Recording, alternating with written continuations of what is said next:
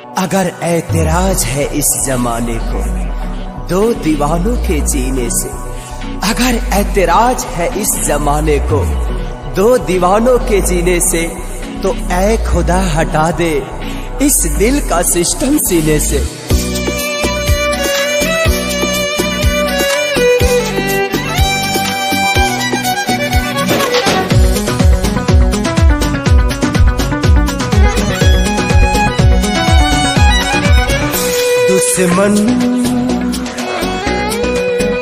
दुश्मन बनल जमाना, कैसे जिगी दीवाना।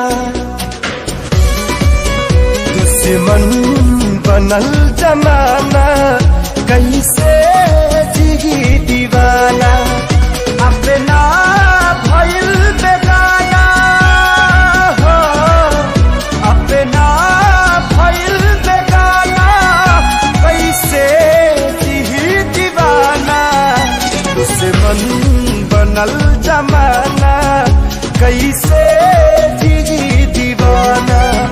दुश्मन बनल जमाना, कैसे जिगी दीवाना।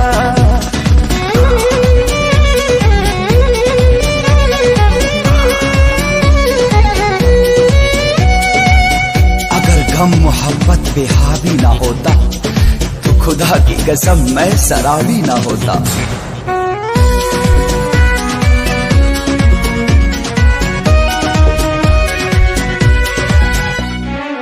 केहू न बेवफा झूठों सब बदनाम करे,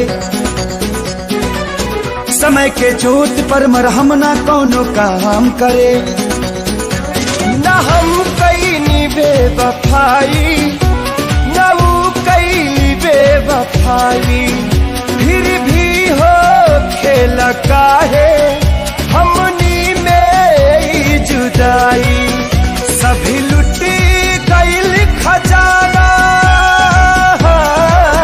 सभी लुटी गईल खजाना, कैसे जी दीवाना। दुश्मन बनल जमाना, कैसे जिगी दीवाना। दुश्मन बनल जमाना, कैसे जिगी दीवाना।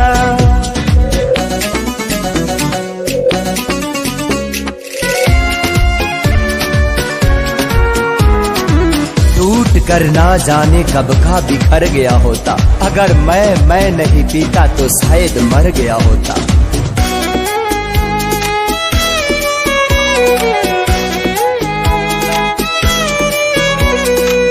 रास न आवे मोहब्बत काहे जमाना के, काहे ना होला बुरा हाल हर दीवाना के। घुट घुट के जहर ऐसन पीता पी कैसे, फाटल करे जयापन सिहिता सिह कैसे। कम ही बनल तराना,